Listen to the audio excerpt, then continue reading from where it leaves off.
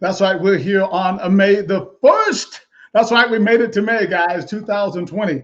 Have an exciting show for you today where we'll be speaking with none other than the one and the only Mr. Eric Parker.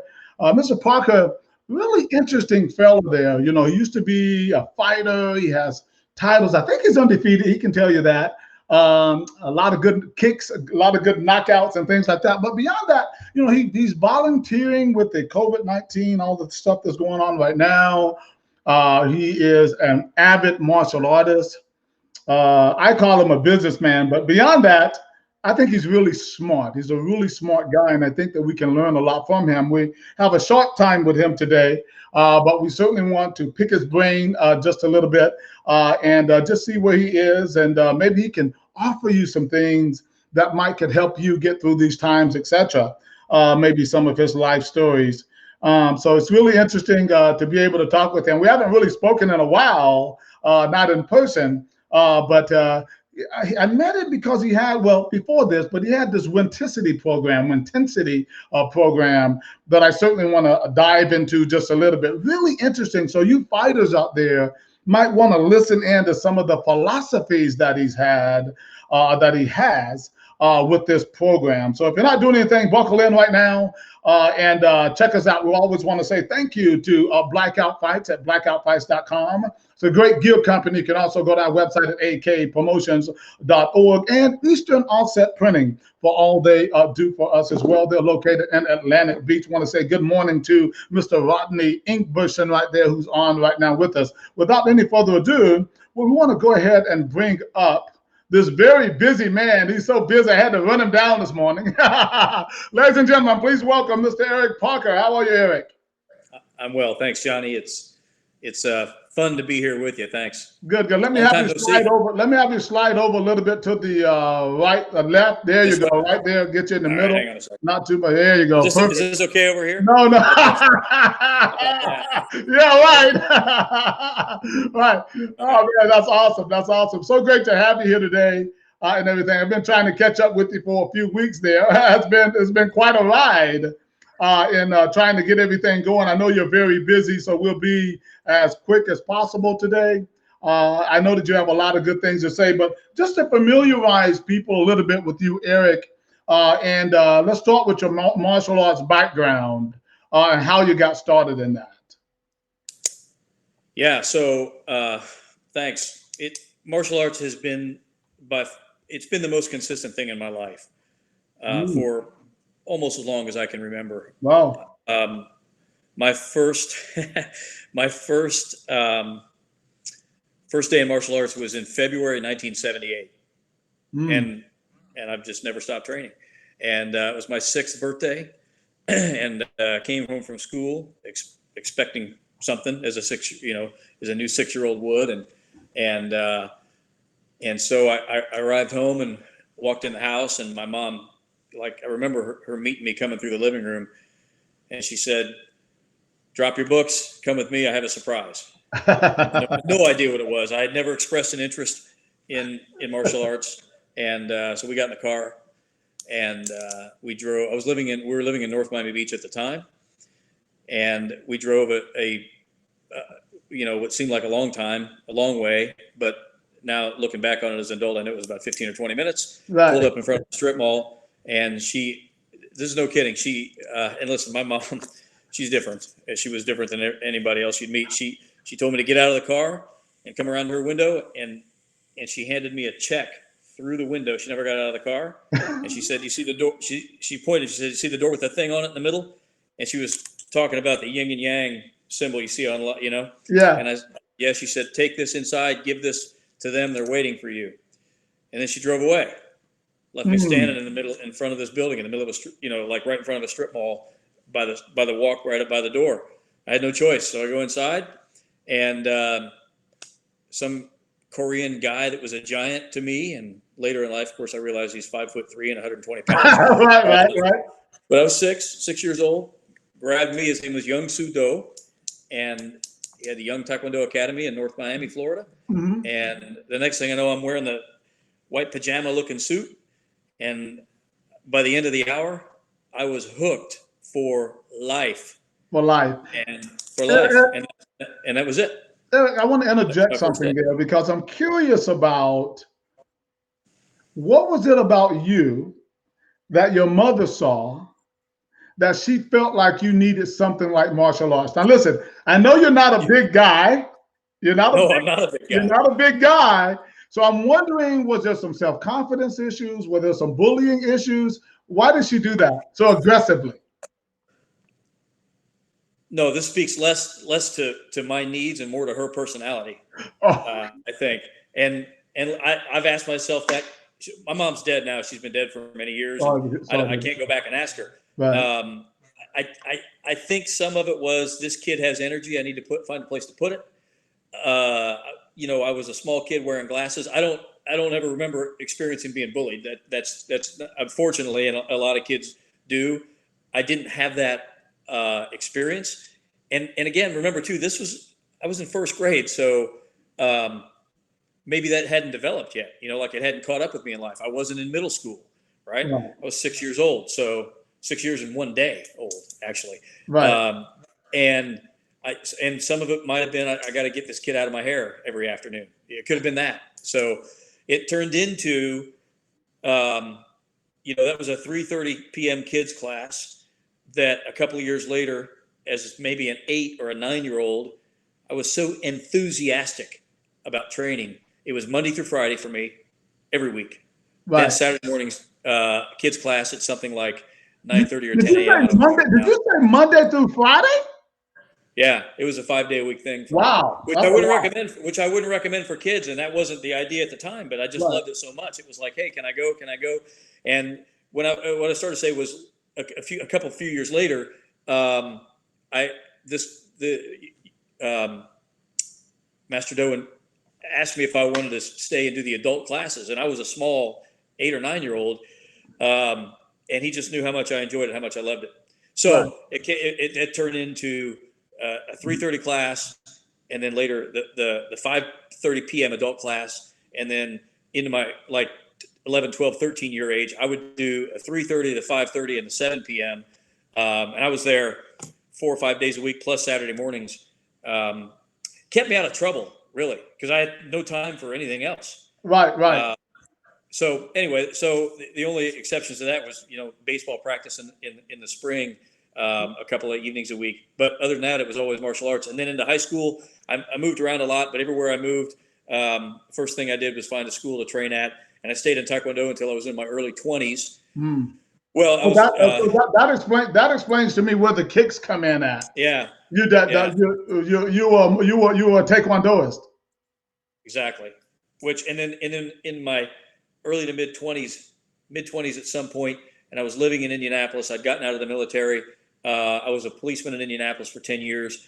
And there I was introduced to a guy named Jerry Smith, who had a school on the south side of Indianapolis. It was a Kempo / pseudo Muay Thai school. And I got away from Taekwondo and actually got into, really banging around pretty hard at his school, introducing low kicks for the first time. And now look, I'm 48 years old now. So this is going back. This is early 90s. Right. And then other than, growing up watching guys like Bill Wallace on TV for his fights. Oh, that's a cool picture. Who are those characters? That's an interesting thing. So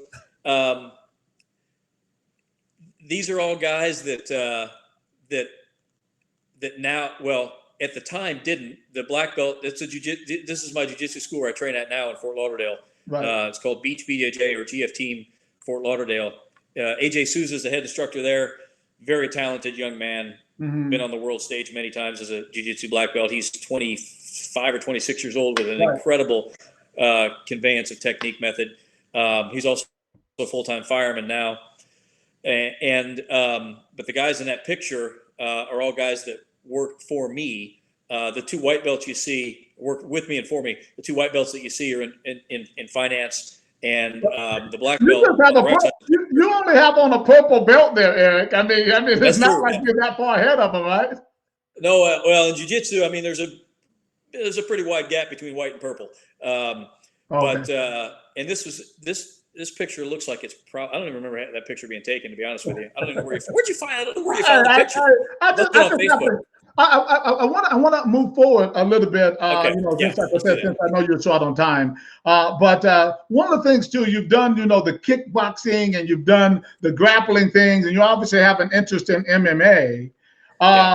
What is the UFC connection that you have? Well, so I live in Fort Lauderdale now, but for many years, 7 years, I lived in Tampa, and Matt Arroyo owns Gracie Tampa South. Matt Arroyo Mhm. was on maybe season 6 or something of The Ultimate Fighter. He fought in the UFC many times, and he owns a Mhm. really successful MMA school in Tampa. And he recruited me in 2010, I think, Mhm. 2010, to teach his striking and run striking for the school. And then together, he and I began coaching.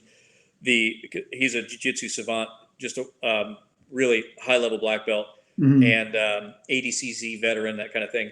So, and he actually talked me into trying jiu-jitsu for the first time. And like a lot of kickboxers, I shunned it, wasn't really interested. I wanted to teach the striking, and he could Right. teach the jiu-jitsu, and together we were coaching the MMA. Right. And then he got me hooked on jiu-jitsu. But to answer your question, we have 2 students now out of Gracie Tampa South that are in the UFC. One is Billy Quarantillo. The other is Matt the Steamroller Favola. Okay. And so I still have the opportunity to, even though I've moved away from Tampa, I'm back frequently.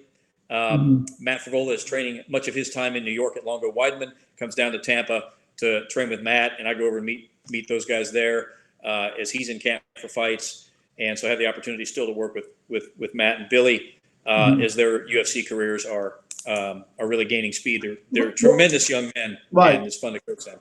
Right. And then there's a guy in Canada. What's that? Go ahead, as you were. There's a guy in Canada, Elias Theodoro, who was in the UFC for a few years. He got released last year, but I know he'll find his way back in.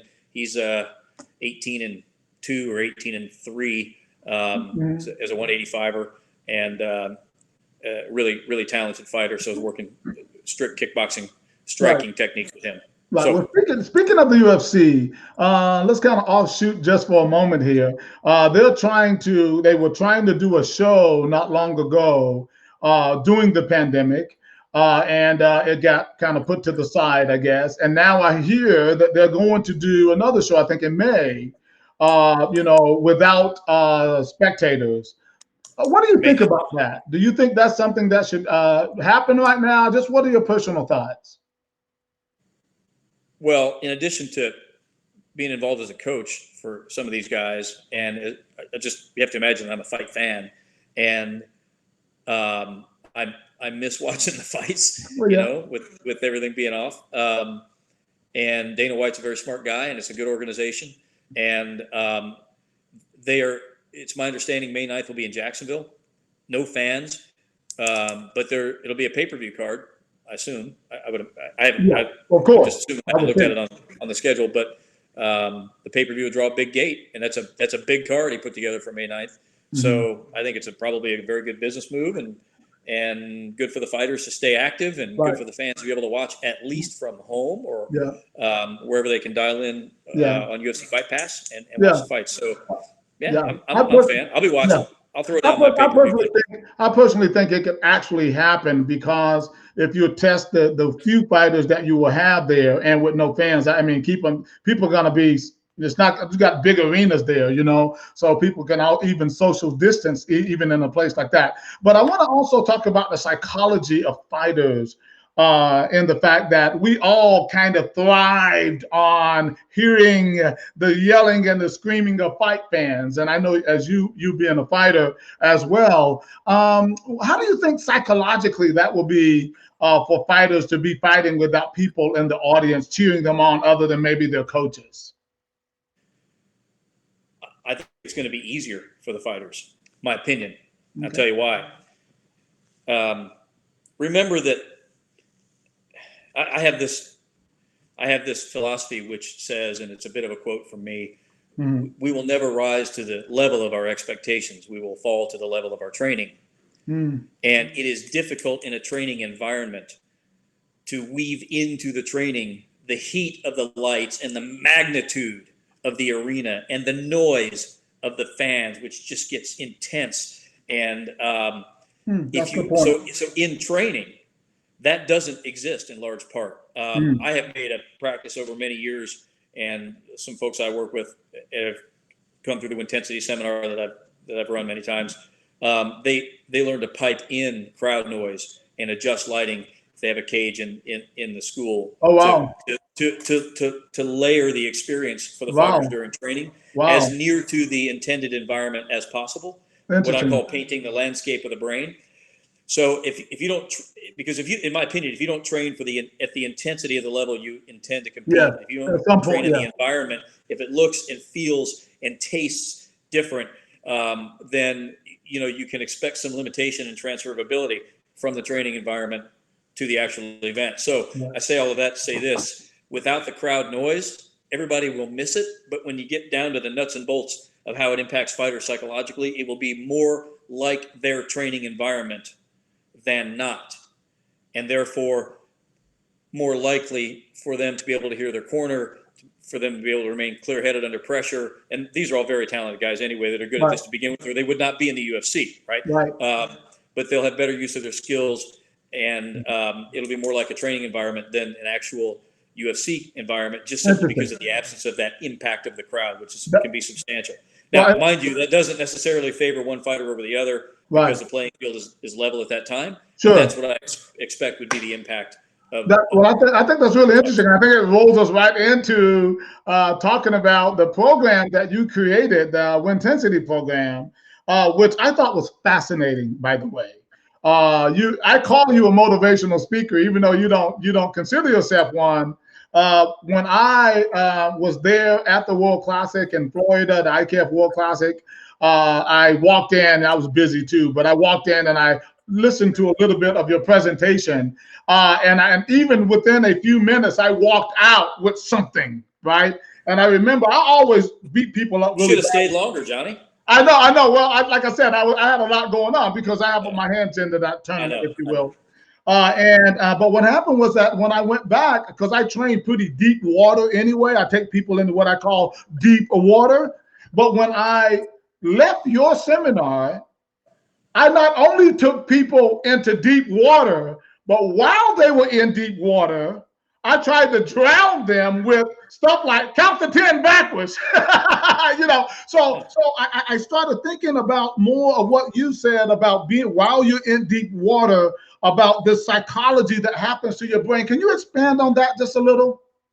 Well, just yes, and I'll set the foundation with this. Yeah. The seminar, it's the Wintensity seminar, the psychology of combat and effective mental preparation, right? So essentially, it's not a motivational seminar, but like I've heard that from so many people, they feel great coming out of it. Right. It's entertaining for sure. There's a lot of video slices that we watch through as a class and pick things apart, and you leave the seminar knowing a lot more about what happens to human beings under pressure and stress, what happens in the human brain under an acute onset of pressure and stress, right, and how that impacts your cognitive and physical abilities, and why people perform poorly under pressure and stress most of the time, how it degrades performance.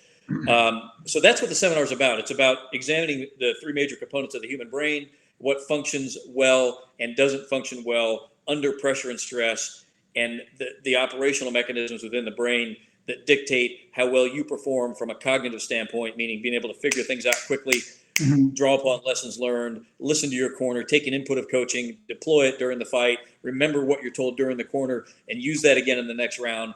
And then how an onset of this critical stress and pressure, including exhaustion, impacts physical abilities and the sharp crispness of physical technique, accuracy, that kind of thing. So if you are better prepared and have a better understanding about those impacts on the human brain as a fighter, and understand what is affected and how, and then you take the lessons in the later half of the seminar where I teach methods by which you can infuse certain mental training techniques into your physical training to enhance your abilities under pressure and stress, then you'll fare better than your opponent who doesn't have that education. That's the idea. We have all heard coaches. Everybody's heard coaches say, you got a smart fight. Or you got to have a smart fight. You got to fight smart. You got to keep your head in the game. Right. And that's a well-intentioned statement said for the right reasons by wonderful coaches. But then they stop at that. They stop with no explanation. Keep your head in the game. What does that mean? Right. How is your head affected by the game? How Right. much of a fight really is mental compared to physical? You take two fighters that are the same height and same weight, they've been training for the same amount of years under very talented coaches. Why does one outperform the other? Right? Who's better under pressure and why? Right. So nobody is immune to an onset of critical stress such that it pushes you into a part of your brain where it just really robs you of your physical abilities. But the longer you can hold that off, the better you will perform for a longer period of time, and better you'll be than your opponent who hasn't had that education. And really, that is the seminar wrapped into a nutshell. If you can imagine that infused with some entertaining content. You also And by the way, yeah. the one that you saw was the one that the IKF had asked me to. I think I did it 5 years in a row after the fighters and coaches meeting, and it was a 90-minute infusion of those principles. It's an 8-hour seminar. Right. So I had to really condense dramatically the lesson into whatever it was you picked out. And anyway, a lot of the top fighters have been through it. I have my Intensity website I've taken down because I'm revamping some things, and I'm busy with what is actually my job, and it's not that's more of a hobby that I had serious passion for. And I'll eventually get it popped back up here in a few months, and it'll be available again. But I did about 90 of those seminars live over a 6 or 7 year period. I want to ask you about, you also mentioned the fact that you were in the military. What were some of one of at least the most important things you learned while being in the military? And that's going to connect to something else for me. Yeah, well, remember, I'm 48, almost 49 years old. So, I was not in today's military where we're at state of war. I was in the peacetime Marine Corps. That's what I'm trying to get to. Yeah, and so while I did have some occasions later in life to unfortunately defend my life with gunfire, it was not there as well. I was a policeman in Indianapolis. But what I learned from I mean, it's how do you wrap that into one discussion, right? What did you learn? But some things I did learn that followed me later into my into life, and I've made some career changes over time, going from law enforcement to finance. The magnitude of the importance to pay attention to details, to get these small things right. Right.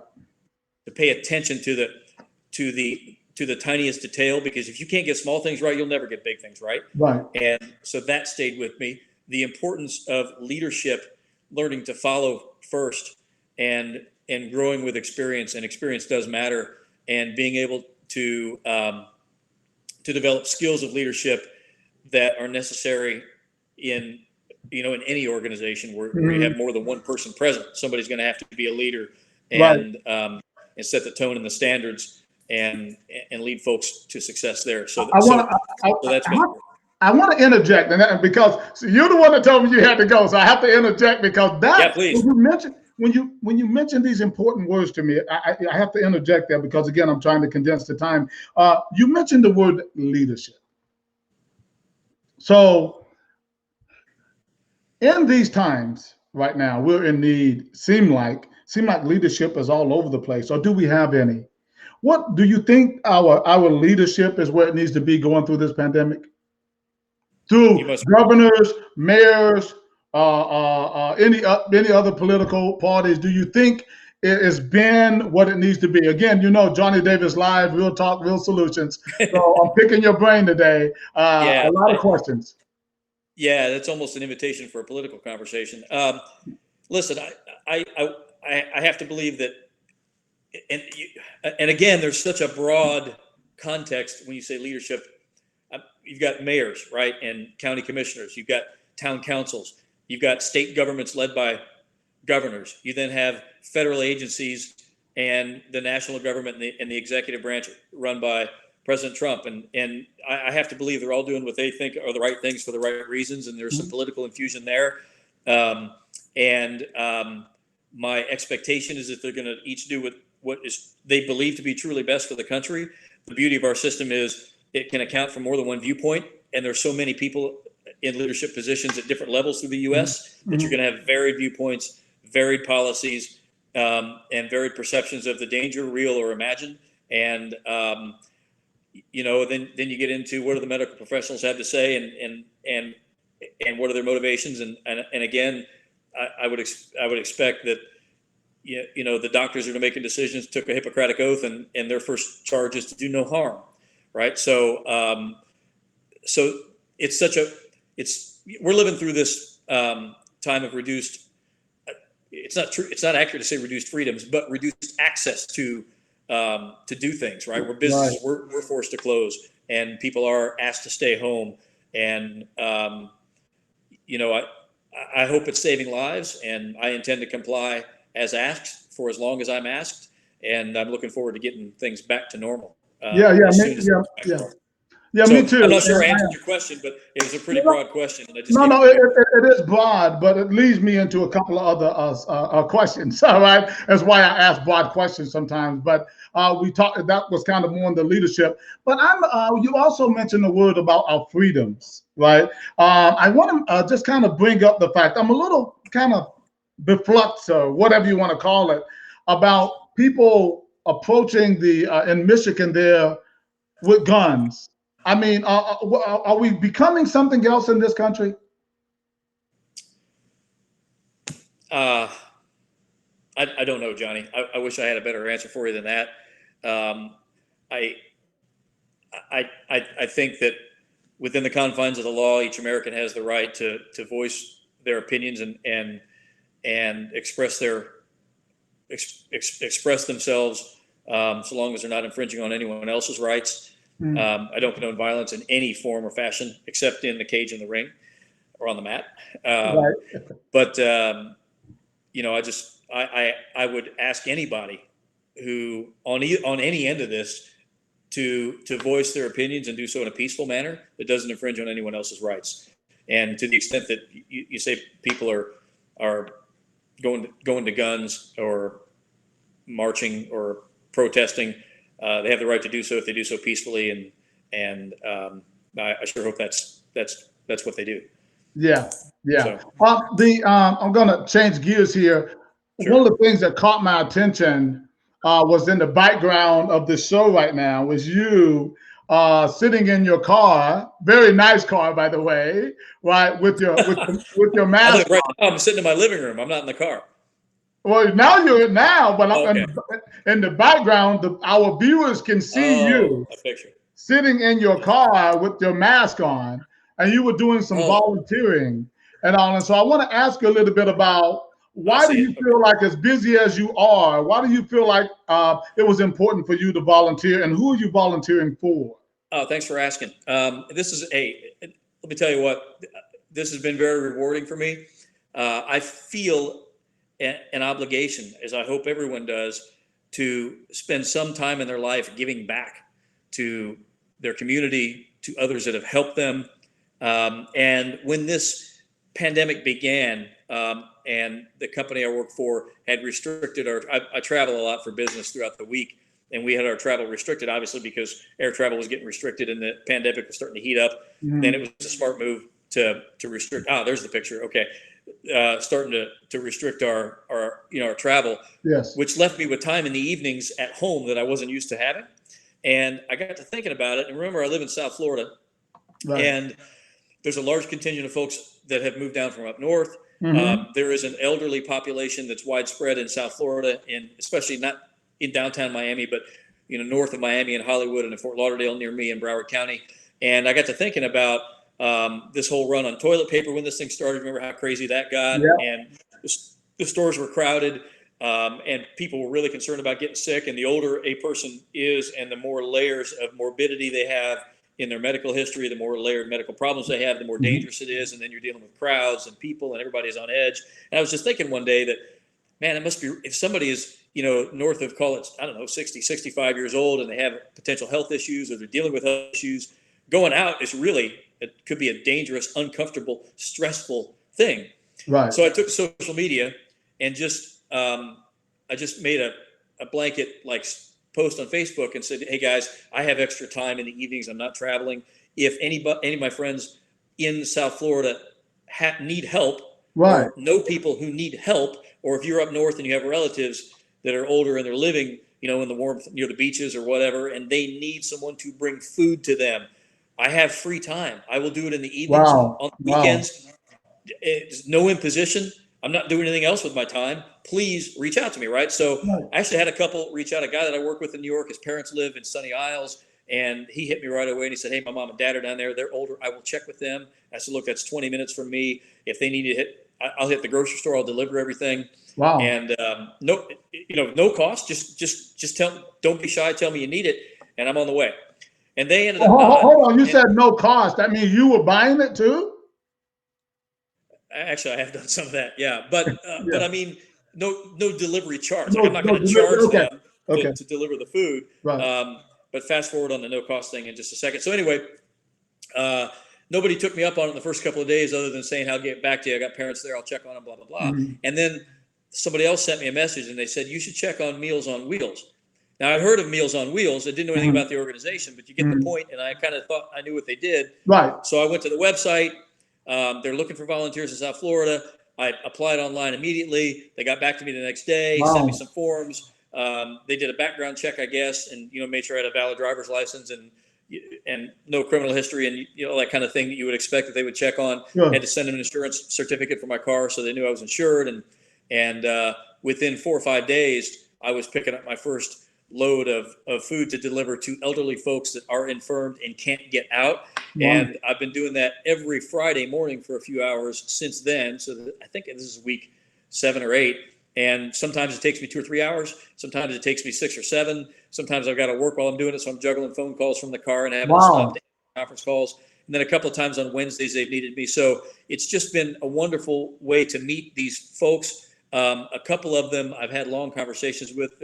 There's one gentleman that is a retired Marine. He's 76 years old. He's got stomach cancer. He cannot get out. He gets no visitors. I'm the only person he sees once a week. He can't, and I've taken I hit him this morning. I cleaned his kitchen. I took all of his garbage out, brought him some extra food, not just what was in the Meals on Wheels thing, but I know that he likes some snacky type stuff and stuff for him to get because he's diabetic. So I had to find sugar free.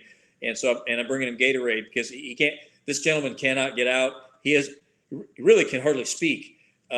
So I sat with him this morning for about 20 minutes after I cleaned his place and delivered the food just to give him some company. That's the kind of thing. One second. Every community has needs for that. And some other folks I work with now have heard about that. They are now doing it in areas they live around the country. And if I could just deliver one message, forget about Intensity, forget about Eric Parker, do not forget about Johnny Davis, but forget about everything else. Take one thing away. Please just find a way to spend some time. It's more valuable than money to spend time helping people. And I can imagine that I'll be doing this for a long time. It's been very rewarding for me. Sorry, go ahead. No, Eric. I just want to ask, that what you said was so inspirational. I'm trying to figure out why. Why do you do this, Eric? Because you're doing well. Has there been something in your life that has given you this emotional connection with these people that's making you do this today? Because you don't have to.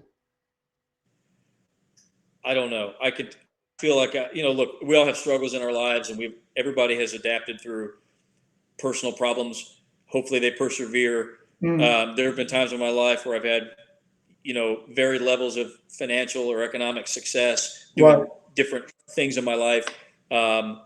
So I've had, struggles, successes, victories, defeats, all of these things that people deal with in their life.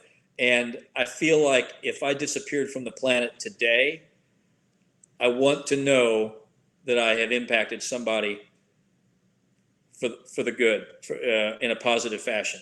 And that's just a personally important thing to me, is to be able to find ways to help people.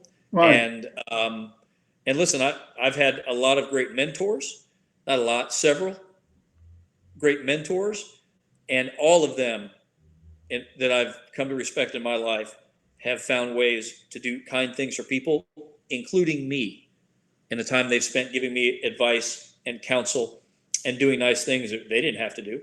Who do you think is your biggest inspiration of all those people? Can you name one? Can you just pick one? All of them are important, but can you just pick one? Yeah, and if I pick one and not 3 or 4 others, it wouldn't be fair to the rest of them, because they all have. Well, they understand that it's only a 45-minute show. There was there's a guy named Glenn Parkin. He's a British guy, was a very successful businessman. He'd been in the British military back in the 70s or 80s, and he was in his 50s when I was in my mid to late 20s, and we were the school I mentioned in Indianapolis, right. the kickboxing school. And he's a tall, big guy. He's probably 6'1", maybe 195, 200. And I'm small, 5'6", 155, 160 pounds. Right. And we trained together a lot. And he was older and established and successful. And he said to me one day, now, mind you, at the time, I was a young man, not long out of the military. I was in police work. I was a SWAT team guy. So just imagine that my personality was probably not, right. It was a bit unbearable at times. And a bit overbearing. People tell me the same thing, Eric. Listen, and this guy gave me wonderful advice. He said, I brought something for you I'm going to give to you. And I said, what's that? This is, we're done training, taking our gear off. And he said, just come out to my car with me. So I did. I walked out to his brand new 911 Porsche, and he dug into the trunk in the front of the car, and he handed me a book. He said, you need to read this book.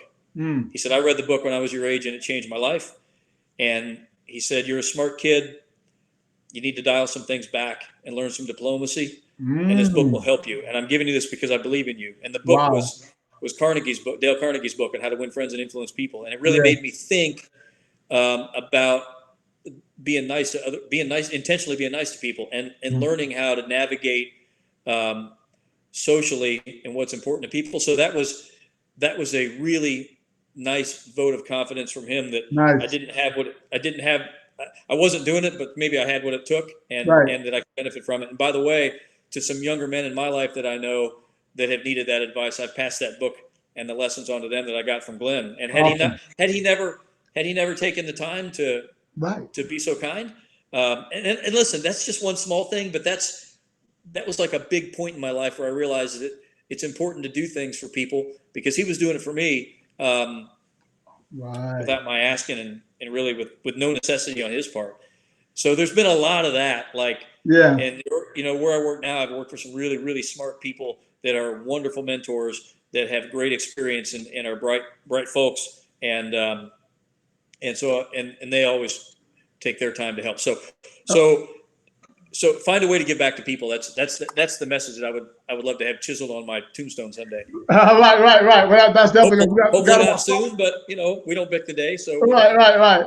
Well, we have about 5 minutes, so I want to make sure that I get to a quick round. I call a lightning round of questions here. If you had a magic wand, okay, what about this society in general would you change?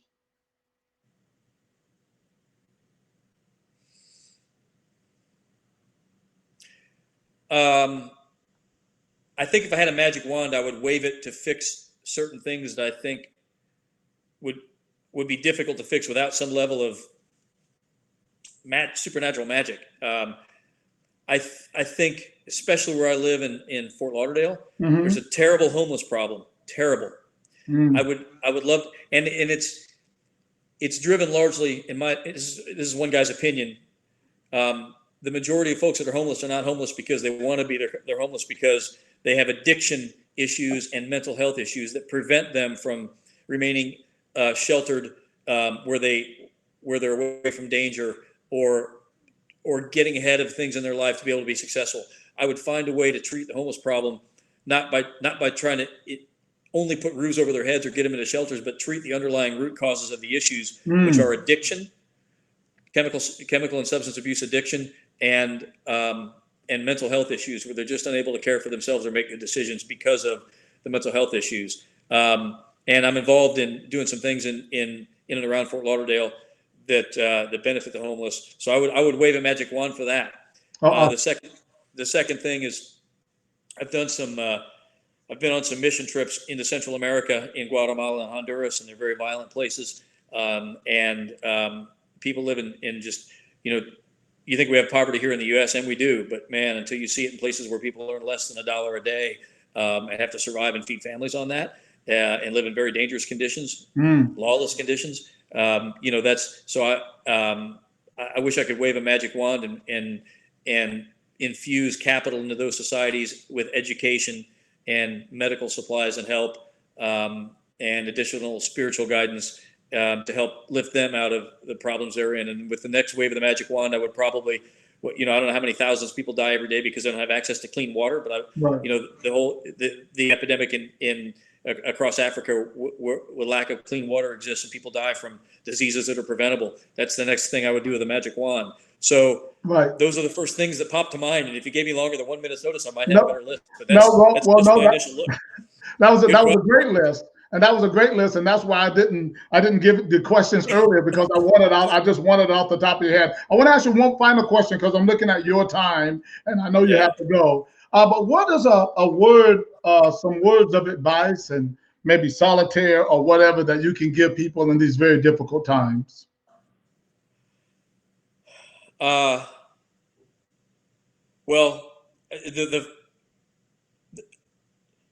I think if you want to do something to make your own conditions better, find a way to reach out and help other people. Find a way. The time and energy and resources that I spend trying to do things for other folks, it's like that pays me back. And I don't mean in a with any kind of a, like, no monetary. It's the reward that I get is it feeds my soul. And you can strip everything away from somebody, and if their soul is intact, if they feel good about the world around them and things they've been able to do to help people, then they don't need the things that have been taken away, right? So, and again, I've had a lot, I've had a little, and I've been everywhere in between. And I feel like if you want to make your own life better, reach out and help somebody else. I think that's a key. That's a really, really important thing. And how much better our society would be if. And listen, there are a lot of people that do more than me. Believe me, there are. Right. But unfortunately, there's a lot of people that don't do anything. So if everybody reached out to help, it would be a different. I think the world would look and feel a lot differently. So that's one thing. The second piece is, and I'm not as diligent about this as, of course, I want to be, but in the time here where your movements and going places and doing things are kind of restricted, exercise and get outside. Tell your family members you love them. These things that are important that we take for granted, that really cost nothing in terms of expenditure that you can do for yourself and for those around you are really good ways. So that's, man, I love this lightning round. I feel like I'm watching like Jim Cramer on Mad Money. Well, because you said you had to go, you shortened my lightning round. I have more questions, but we've run out of time. I've got a 1 o'clock that I have to get to, which by my clock's in 5 minutes. If you want to hit me with one more thing for 2 or 3 minutes, I'm happy to spend time with you. This is okay. You asked for it. Here we go. I got to bail before 1. So okay, all right. So the final question right here is that whatever your faith might be right now, and I've heard you kind of allude to your faith or a faith several times. How do you call on your faith in times like this? What word can you give to people that whether they believe or not, that you can maybe, however you use your faith right now, perhaps might be the best example? Well, I'm a Christian, and no particular branch or denomination of Christianity. I read the Bible from page 1 to the last page in my life, and I'm involved with some gentlemen that I know spread around the country where we get together on a periodic basis and specifically examine different pieces of the Bible together for a few weeks at a time. So my faith is important to me. I think when you it's been my experience to find that people who have a conviction of faith tend to deal with problems and changes and unexpected events that come up in their lives more easily than folks that don't, because they know that at the foundation of everything is their faith, and that there is some solace in where they're going, and some things that just can't be taken away.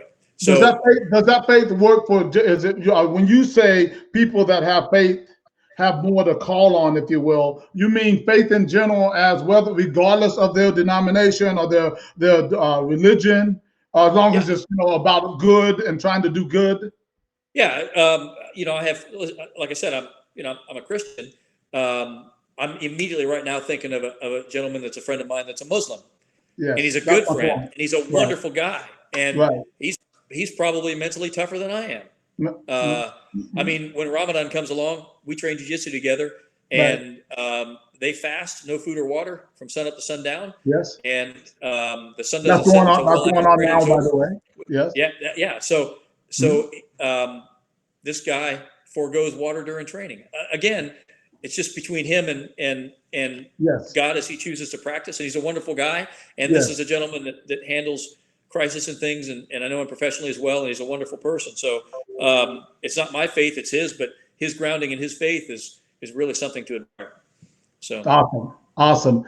Mr. Eric Parker. Hey man, you let me pick your brain a little bit, and that's exactly what I wanted and everything. And I think you've actually been very helpful to people. Well, that's nice to hear. I really appreciate the invitation, Johnny, and I know you've had some great guests, and I'm happy to be on the program, and it's a pleasure to know you and to know the friends the mutual friends that we have together, right? And so listen, thanks for the invitation. I really appreciate it. I wish I could stay longer. I've got to jump for this other thing. So thank you so much, and we'll stay in close touch. Thanks. You keep up the good work. Thanks again, Eric. We'll talk to you soon, brother. All right, okay, bye-bye. Bye-bye. All right. All right, ladies and gentlemen, there we were having a really kind of in-depth conversation there with Mr. Eric Parker. Like I said, really smart guy, a long-time martial artist, has really done some good things and doing great things out there right now as a volunteer and helping out a lot of people. I love his heart, love some of the things that he said. Some of you guys need to definitely, if you're fighters, you definitely want to look into that Winticity program or Wintensity program. I'm sure he'll have it back up online really soon. Well, today is Friday, guys. Believe it or not, seem like all the days are the same right now, but I can at least take a little bit of a break. I try to go wide open during the week, regardless. I know these are down times. We're looking forward to getting back on track with our PKB tournaments across the country, as well as the rescheduling of our IKF East Coast Classic, which is right now looking for the October date that we have on the calendar right now. Just if I could just say that, if that helps you out any, but we'll confirm that as we look at the data and what we can and cannot do. Hey guys, that's all I have for you today. I want to thank all of you for watching Johnny Davis live here. I want to thank our guest here today again, Mr. Eric Parker. I want you to be sure, guys, to continue to practice that social distancing or wash those hands, respect each other, and always forward march. This is Johnny Davis live, and I'm checking out. Talk to you soon. Bye-bye.